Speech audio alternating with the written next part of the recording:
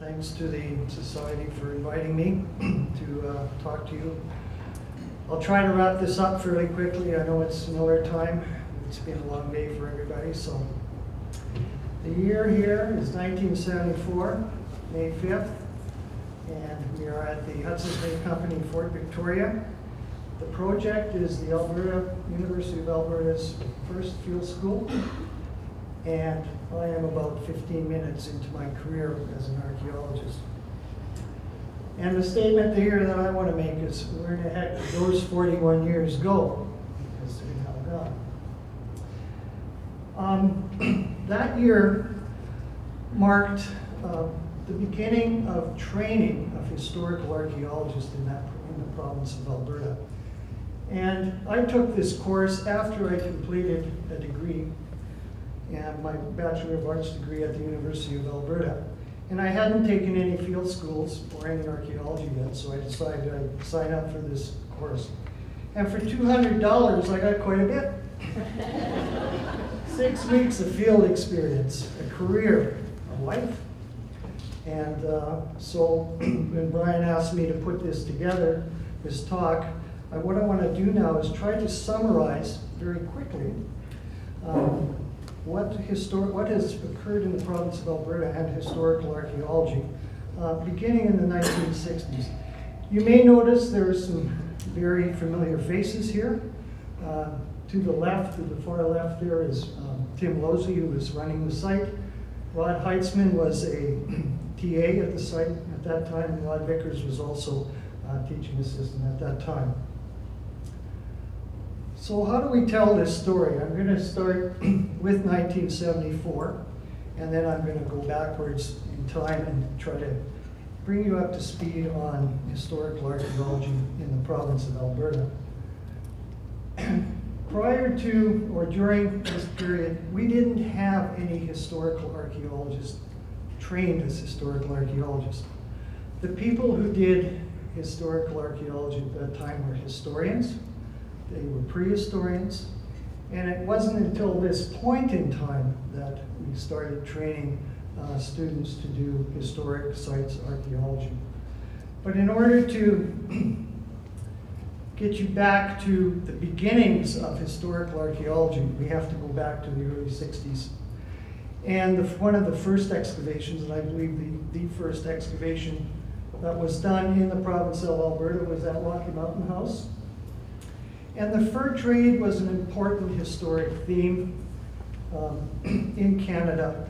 And most of the historic archaeology or historic sites archaeology in the 60s was fur trade related. And so the Glenbow Institute of Alberta ran this project in 1963, and it was headed up by William Noble, and I think William Noble was an Ontario archaeologist who probably did a lot of longhouse excavations, so this type of site would have been very ideal for him to excavate. And one of the students at that site was Barney Reeves, one of the excavators. I don't know if you're in that picture, Barney? You are in that picture? I thought you'd be on the 100-foot ladder to that shot. I got the privilege of taking David Thompson's chair.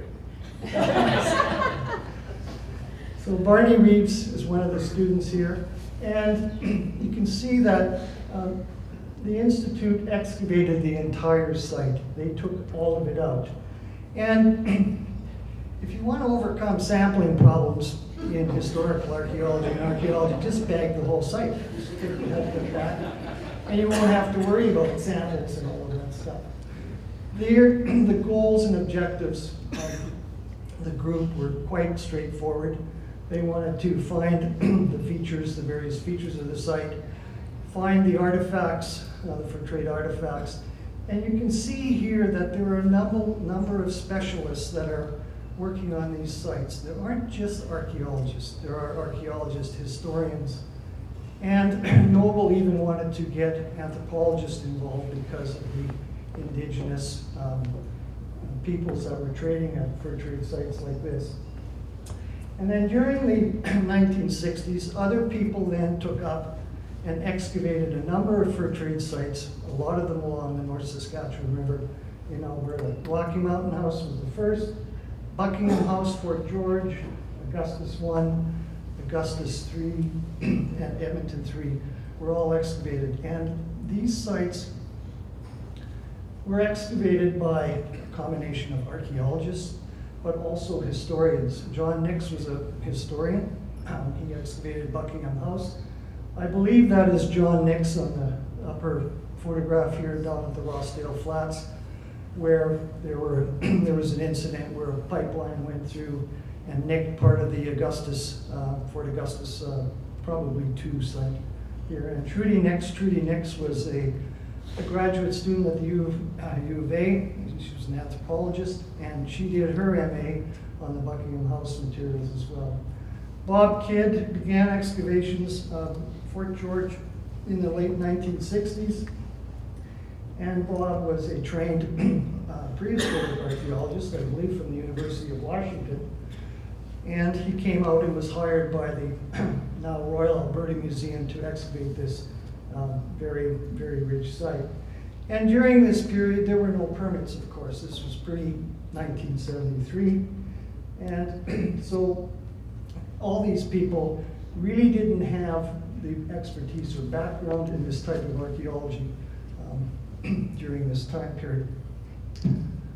And here come the 70s. During the 1970s then, we see the permitting process being implemented. And by doing that, we eliminate a lot of people from excavating at historic sites, at fur trade sites like this, including historians. And here you see Rod Vickers and myself. We're mapping the southeast corner of Fort Victoria. And believe it or not, the first 3 permits that were taken out in Alberta are all of fur trade posts and or historic sites. The first one, Carlos Cartman did Nottingham House, that's up in the Athabasca region. Writing on Stone was excavated by Gary Adams. And the Fort McLeod site, the second site, the one that's up on the higher terrace, was excavated by someone called W.K. McDonald.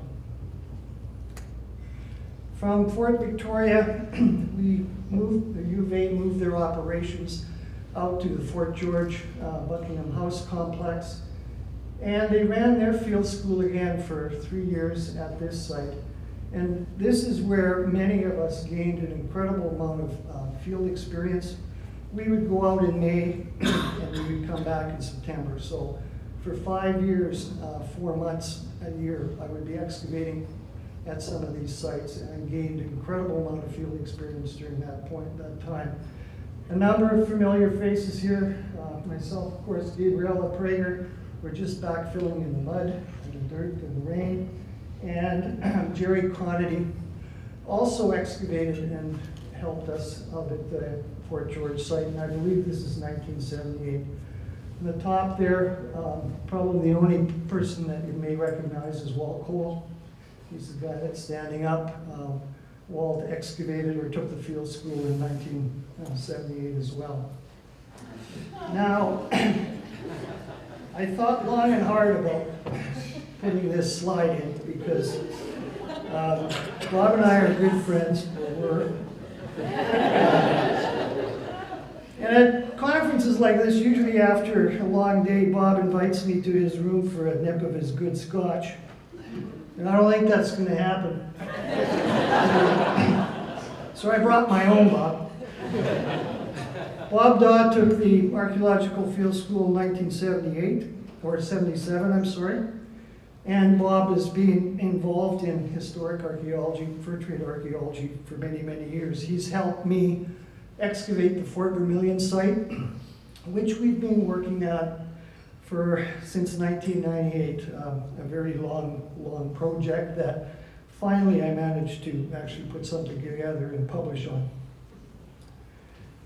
There were growing pains in historical archaeology. There was not always the mandate between government and academia was not always very compatible. Fort George was slated to be restored and possibly rebuilt, so we wanted to get as much structural information as possible. University field schools and students are notoriously slow, and they should be. And when these two agendas collided, things had to change. And we were mandated, we were told to hurry up and use coarser methods to excavate and expose some of the structural remains at Fort George. And to this day, I will not forgive the government of Alberta for making us do this. And the end result of this was when, after excavating and exposing an entire palisade wall that you see here, what does the government do? They put a post, a vertical post on one corner and a vertical post on another corner. And that was the extent of it, and yet they made us excavate the site in this manner and used very little information. Also, by the early 1970s, we began to see another historic site type being excavated, and this is the Métis Huguenot sites that we find in central and southern Alberta. Some of the first were excavated by Jack Elliott from the University of Calgary, and also by Maurice Dahl at Buffalo Lake site. And what was interesting about this archaeology, it was, of course, something other than fur trade related. It was Jack and both Maurice began to ask questions about the material culture and its meaning. Historic artifacts were not just simply described and then, or documented. Now we begin to see an association between what those assemblages mean, what they might mean for the people that use them. And they ask the questions about, did those assemblages reflect their Métis background?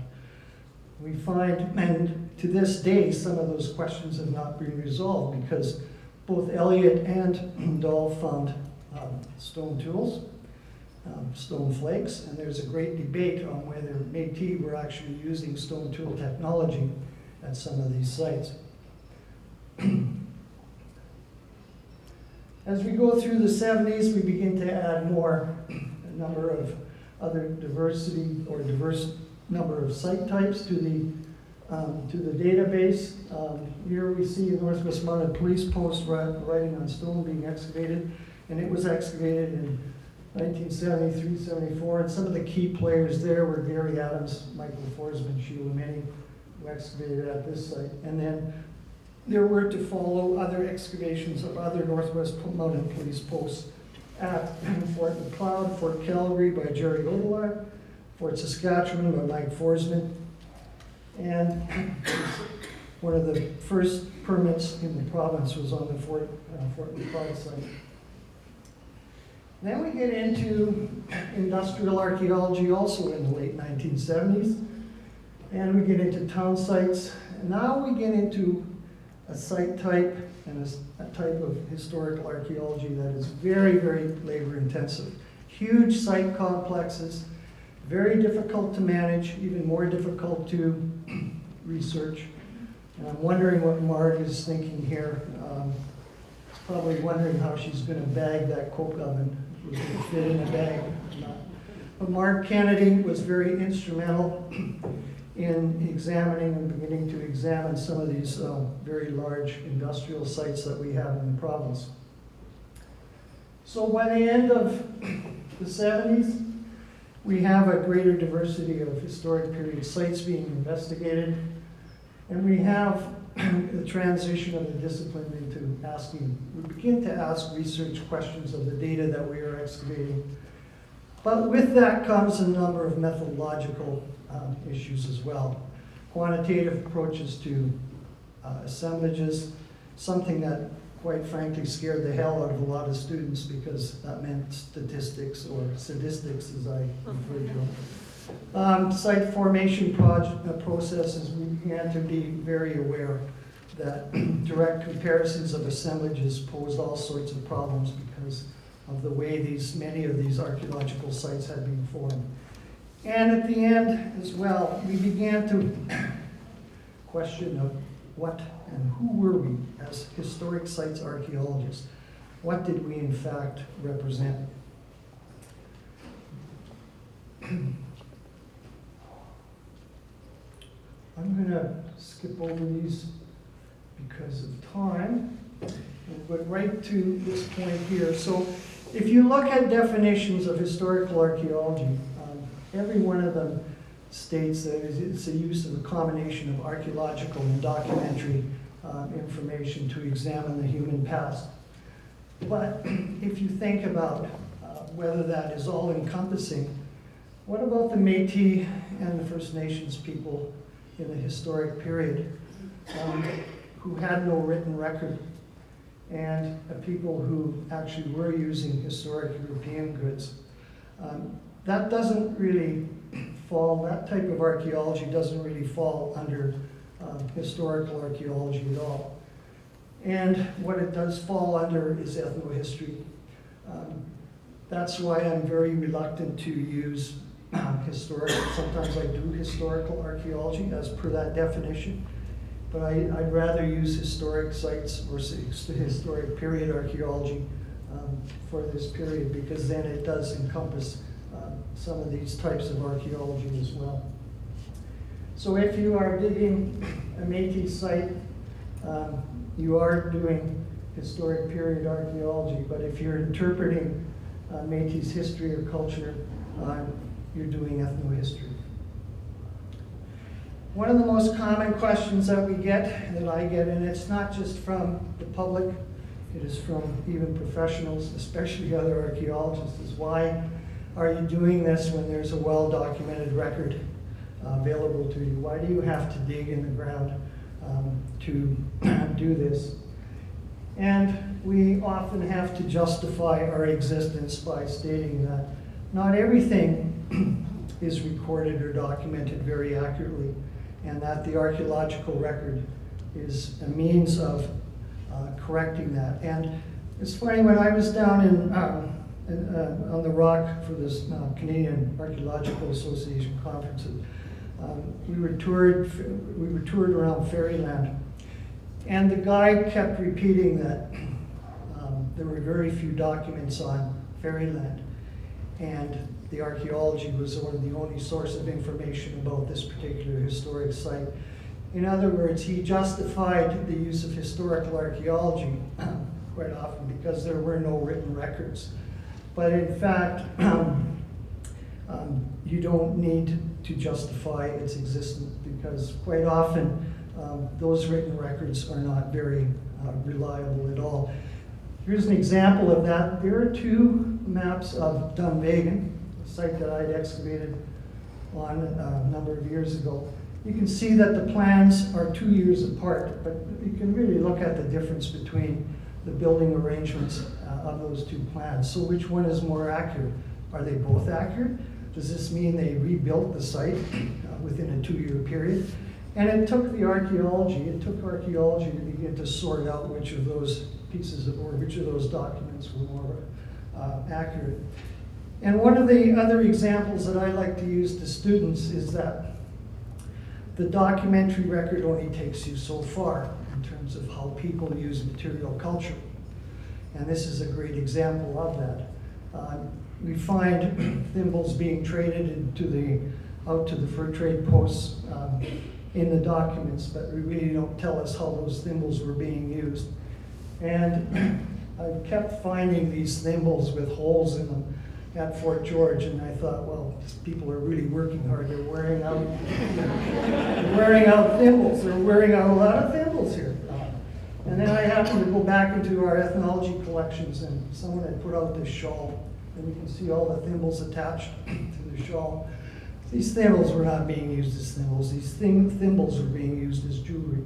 And you only begin to see that through an archaeological record. The 1980s brought then a proliferation of historic sites projects, the identification and investigation of many more site types, ranching, settlement missions, southern fur trade, and the robe trade. Industrial sites, number of other industrial types were also looked at. We had a more problem-oriented research. We began to look at ethnic minorities and gender. We began to look at inequality in historic societies. And by the late 1980s then, it's one of the first public archaeology programs that I was involved in, and Mike Forsman were involved in. It was up in northern Alberta, where we were told by our managers to get up there and celebrate their bicentennial. And that's all they told us. Well, what am I supposed to do up there? Do I even want to go up there? I'm glad I did, because it really changed parts of my career. But what we did is then we went up and found I went up and found the first Boyer River Fort, which was occupied in 1788, which marked that community's bicentennial. And I began to realize then that how important the history was to the people of the community. And just finding that site made everyone very happy in that very small community. So homestead and ranches, Rod Heitzman did Copper Ranch. When I was hired by the government of Alberta, I started doing a lot of Ukrainian sites archaeology for the Ukrainian village, missions and missionaries. There are many missions in Alberta, Dunvegan, Lac-La-Biche, Victoria Mission, and many others as well. And then we got urban, and we started looking at urban archaeological sites. This is the Pollard Brickyard Tannery, which is just on the south side of the river, and those are the footings for what was to be the high-level bridge.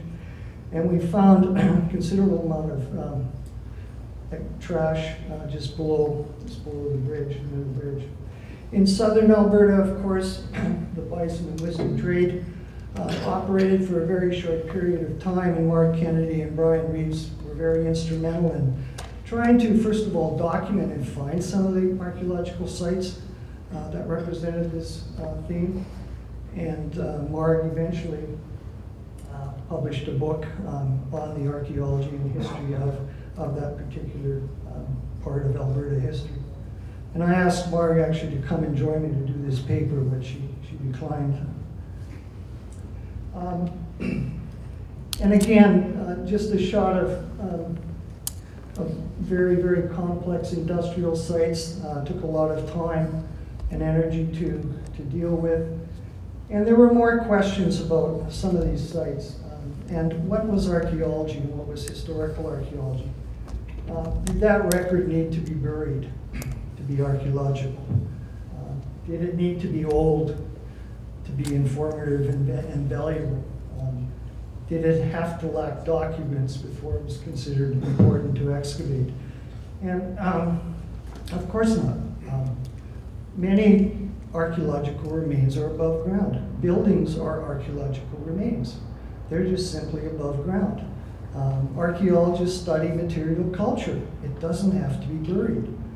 And I remember listening to Mark Kennedy talk about the coal mining district in the Crow's Nest area and pleading with regulators and the interested public that these sites were still standing, and maybe we should start recording them now before the buggers fall down, and we don't have much to record.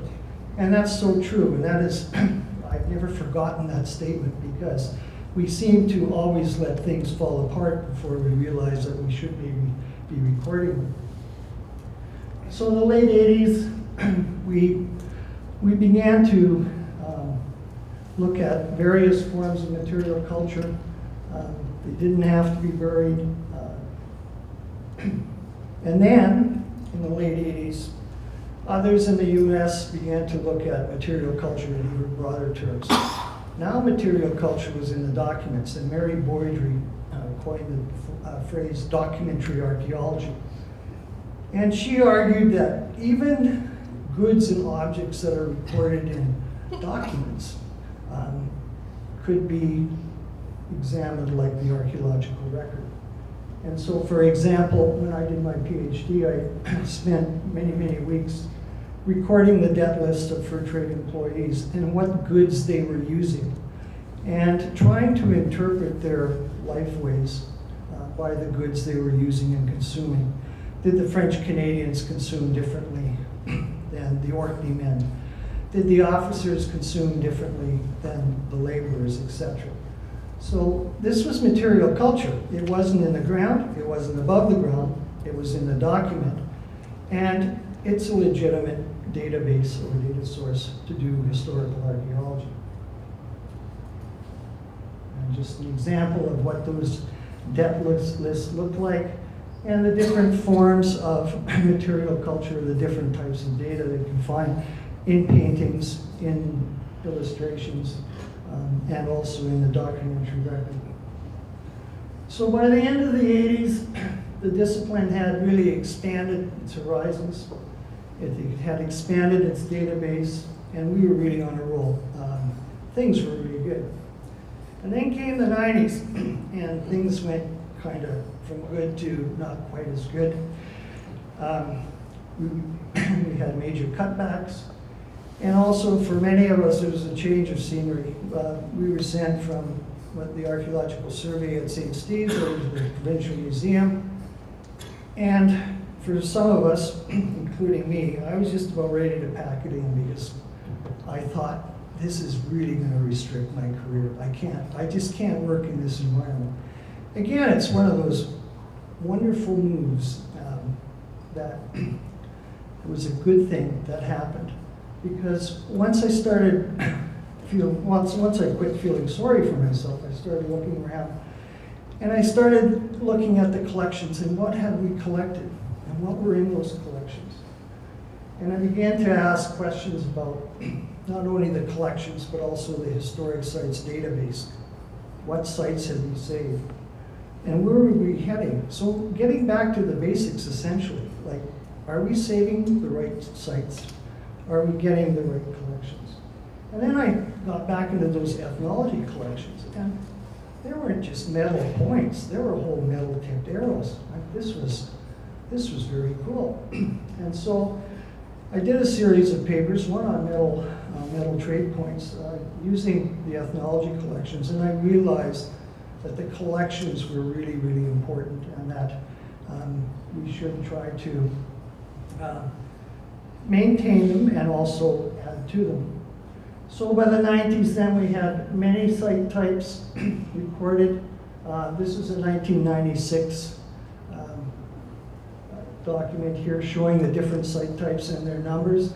I wanted to compare this to what we had recorded in 2014. I wasn't able to do that because of time constraints, but if you look at that arrow over there, I did know a little more about the whiskey posts and the fur trade posts. So in 1996, we had recorded 169 fur trade sites, both in southern and northern Alberta. And then FMA did a study for us in 2010, and we jumped all the way up to 319 fur trade posts in Alberta. So even by 1996, some 30-some years after historical archaeology started in the province, we still had not even found or recorded many fur trade posts in the province. And that's scary. And it's even scarier when you look at the numbers down here showing just how many had been located or unknown, even in 2010. And the problem with this is, how can you manage something that you don't know where it is or what state it is in? And so that is just one site data type. What about all the other site data types, the homesteads, etc.? How well are we managing them? And do we even know what the original population was? I got very frustrated in the 90s, and I once told my manager, Marty Magny, I just like to really dig up something right in front of those politicians to get their attention. And he said, well, why don't you? So we started a project on the Alberta Legislature grounds. This is the location of the last Fort Edmonton 5 site. And this was again, it was an insight into public-oriented archaeology. This project in the first year, I think we had 400 media hits. We had people who heard about the site in Tokyo on CNN come and visit us at the site. We had to fence ourselves in because there were so many people coming down to visit and have a look at the site. And we finally had to have a full-time interpreter and guide to show people around. So public archaeology in a setting like this with an archaeological data set that was a little more familiar to people really worked well. And we continue then to do public archaeology. When at the Fort Vermilion site, I really do try to encourage the local people to come and excavate with us from the communities. We have invited the descendants of Jean-Baptiste Lafleur to the site, and we continue to excavate this site. I think I might go back one more year. I've said that for 10 years, so it's likely going to happen. So just to sum this up, there's some really very basic things that we have to continue to do in the 21st century. We have to take care of the collections. We have to take care of that database. Sites such as Fort Vermilion are right on the brink. They're ready to fall into the Peace River. Oh, Jack, I put that in for you. I brought in, we were excavating this site, and I brought in Jack Brink to probably find the most unique historic artifact that I've ever seen. It's the only toothbrush that I know of in Alberta that dates to prior to 1830. And that more public-oriented approach to archaeology is certainly very beneficial, and we should keep developing that as well.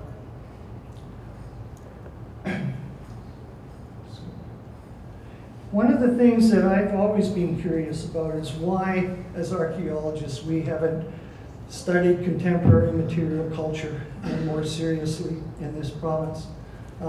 We're the people that are quite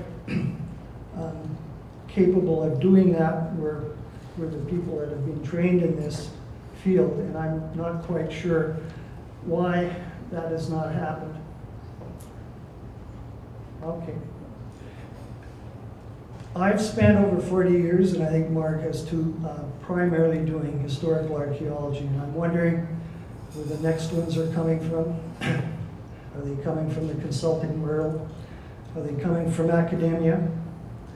From museums? There are many of you out there that are doing very good historical archaeological work, but I don't see many of you that are only doing historical sites work. Anyway, it's not my problem. I'm going fishing. I'll let other people worry about that. Thank you.